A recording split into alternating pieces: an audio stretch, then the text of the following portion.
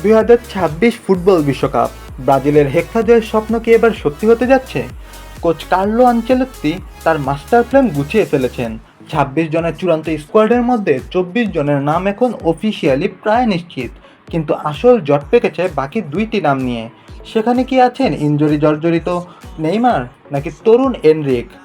ব্রাজিলের এই নতুন স্কোয়াড কি পারবে পুরো বিশ্বকে কাঁপিয়ে দিতে? চলুন দেখে নেই আনচেলত্তির সেই 24 যোদ্ধার তালিকা।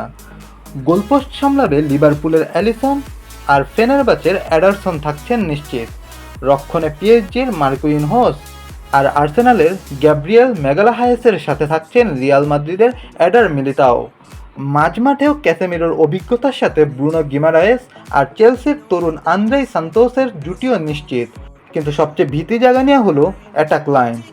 ভিনিসিয়াস জুনিয়র, বার্সার রাফিনিয়া আর আর্সেনালের মার্টিনেল্লিরা একাই যে কোনো ডিফেন্স তছনছ করে দিতে পারেন। এই 24 জনই এখন ব্রাজিলের মূল স্তম্ভ। আসল নাটক তো এখানেই। স্কোয়াডের বাকি দুইটি জায়গায় লড়াই 4 জনের: নেইমার, লুকাস পাকুয়েতা, এনরিক এবং ইগোর থিয়াগো। নেইমারকে যদি বিশ্বকাপে যেতে হয় তবে তাকে আনচেলত্তিকে ফিটনেস দিয়ে কনভিন্স করতে হবে। অন্যদিকে এনরিক আর ইগোর থিয়াগোর মতো তরুণদের চাপ সামলানো কোচের জন্য বড় চ্যালেঞ্জ। পাকুয়েতার ক্রিয়েটিভিটি নাকি এনরিকের গোল করার ক্ষমতা, কাকে বেছে নেবেন ডন কার্লো?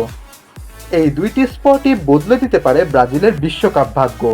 আপনার কি মনে হয়, নেইমারকে ছাড়াই ব্রাজিলের বিশ্বকাপে যাওয়া উচিত, নাকি এনরিক আর পাকুয়েতাকেই বেশি প্রয়োজন?